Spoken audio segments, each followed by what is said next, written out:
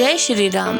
अब तक हमने सुना कि हनुमान जी श्री राम और सुग्रीव की मित्रता करवाते हैं और फिर श्री राम सुग्रीव के दुख को दूर करने का निर्णय लेते हैं और फिर दोनों भाइयों के लड़ाई के बाद भ्रमवश सुग्रीव को पहचान नहीं पाते और फिर सुग्रीव जिसकी वजह से नाराज़ हो जाता है श्री रामचंद्र जी से।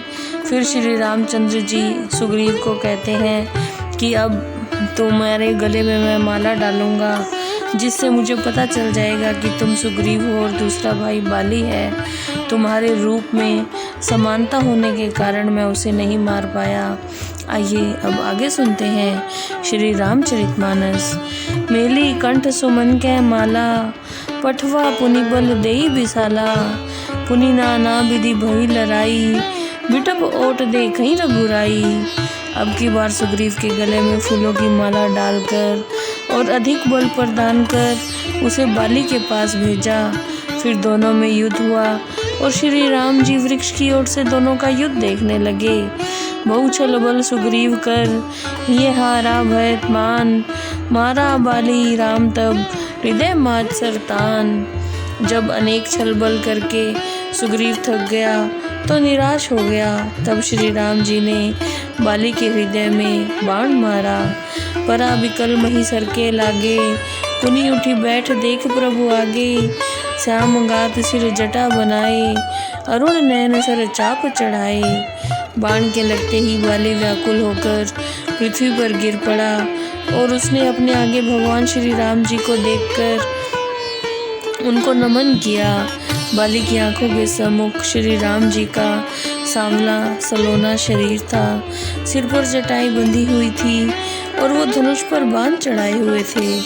पुनि पुनि चितई चरण चित दीन्हा, सुफल जन्म माना प्रभु चीना।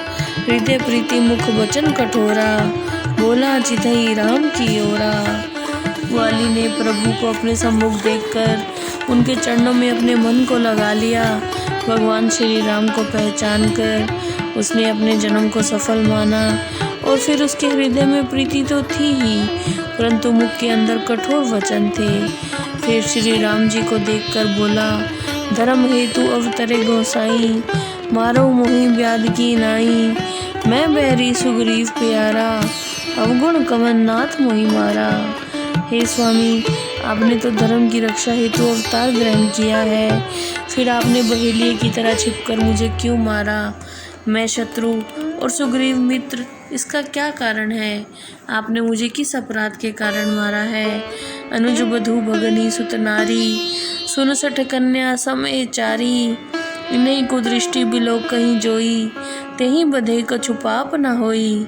अरे मूर्ख सुन, छोटे भाई की पत्नी, बहन, पुत्रवधू और कन्या ये चारों बराबर होती हैं। इनको जो कोई बुरी नज़र से देखता है उसका वध करने से कोई पाप नहीं लगता। मूढ़ तो ही अतिशय अभिमाना, नारी सिखावन करसी न काना। मम भुज बल आश्रित ही जानी, मारा जैसी अधम अभिमानी। अरे मूर्ख, तूने बड़ा भारी अभिमान किया। तूने अपनी पत्नी के समझाने पर भी ध्यान नहीं दिया। हे अभिमानी, तू सुग्रीव को मेरी भुजाओं के आश्रित जानकर भी उसे मारना चाहता था। सुनो राम स्वामी सन, चलना चातुरी मोरी। प्रभु अजहु मैं पापी, अंतकाल गति तोरी। बाली बोला, हे स्वामी, आपके आगे मेरी चतुराई नहीं चल सकी, परंतु अंतिम समय में आपके हाथों से गति पाकर भी क्या मैं पापी रहूँगा। सुनत राम अति कोमल वाणी, बाली शीस पर सेऊ निज पानी। अचल करहु तन राखो प्राणा, बाली कहा सुन कृपा निधाना। प्रभु श्री रामचंद्र जी ने बाली की अत्यंत कोमल वाणी सुनकर उसके सिर पर हाथ फेरा और कहा, तुम चाहो तो मैं तुम्हारे शरीर को अचल कर दूं। तुम अपने प्राणों को रख सकते हो। इस पर बाली बोला, कृपा निधान सुनिए।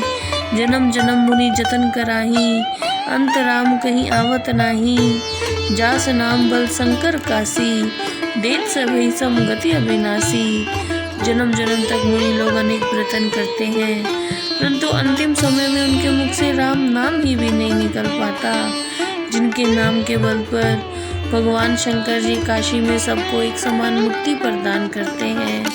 मम लोचन गोचर सोई आवा, बहुरी की प्रभु अस बन्हे बनावा।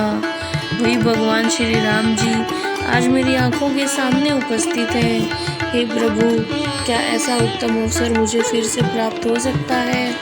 सो नैन गोचर जासु, गुण नित नेति कही श्रुत गावई। जित पवन मन गो निरस करी, मुनि ध्यान कबहु को पावई।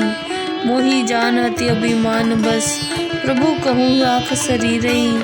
अस कवन सठ हट काटी, सुरतरु बारी कहीं बबूरी। वही प्रभु मेरे नेत्रों के सम्मुख खड़े हैं, जिनके गुण गा के वे नित्य नेति नेति कहते हैं। और योगी मुनि वायु मन और इंद्रियों को वश में करके जिन प्रभु का स्वरूप अपने हृदय में कदाचित ही देख पाते हैं, आपने मुझे अभिमानी समझकर शरीर को रखने के लिए कहा है।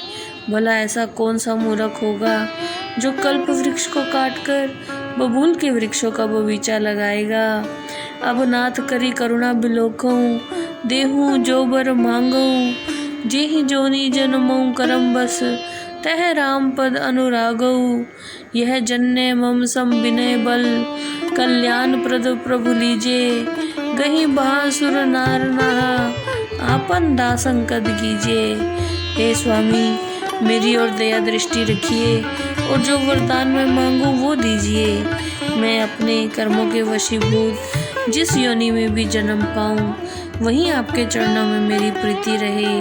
हे कल्याणकारी प्रभु, मेरा यह पुत्र अंगद जो विनय और बल में मेरे ही समान है, इसे आप अपनी शरण में लीजिए। हे देवताओं और मनुष्यों के स्वामी, आप अंगद की बाह पकड़कर इसे अपना दास बनाइए। राम चरण दृढ़ प्रीति करी, बालिकी नह तनु त्याग। सुमन माल जिमि कंठते, गिरत न जानई नाग। श्री रामचंद्र जी के चरणों में अपनी अटल प्रीति देखकर बाली ने अपना शरीर उसी प्रकार त्याग दिया जैसे गले से गिरती हुई फूलों की माला को हाथी नहीं जान पाता। राम बाली निज धाम पठावा, नगर लोग सब व्याकुल धावा। नाना विधि विलाप कर तारा, छूटे केस न दे संभारा। श्री राम जी ने बाली को अपने धाम में भेज दिया। किष्किंधा नगरी के सब निवासी व्याकुल हो गए और बाली की पत्नी तारा अनेक प्रकार से विलाप करती हुई आई।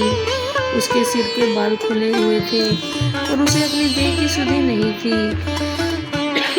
तारा विकल देखी रघुराया, दीन है ज्ञान हर लीनी माया। क्षति जल पावक गगन समीरा, पंच रचित अति अधम शरीरा। तारा को व्याकुल देखकर प्रभु श्री राम ने कहा, ये मैं तुम्हें ज्ञान प्रदान करता हूँ। और फिर उसके ऊपर से अपनी माया हटाकर बोले, हे तारा, ये शरीर पृथ्वी, जल, अग्नि, आकाश, वायु इन 5 तत्वों से बना है और यह अत्यंत अधम शरीर है। जय श्री राम।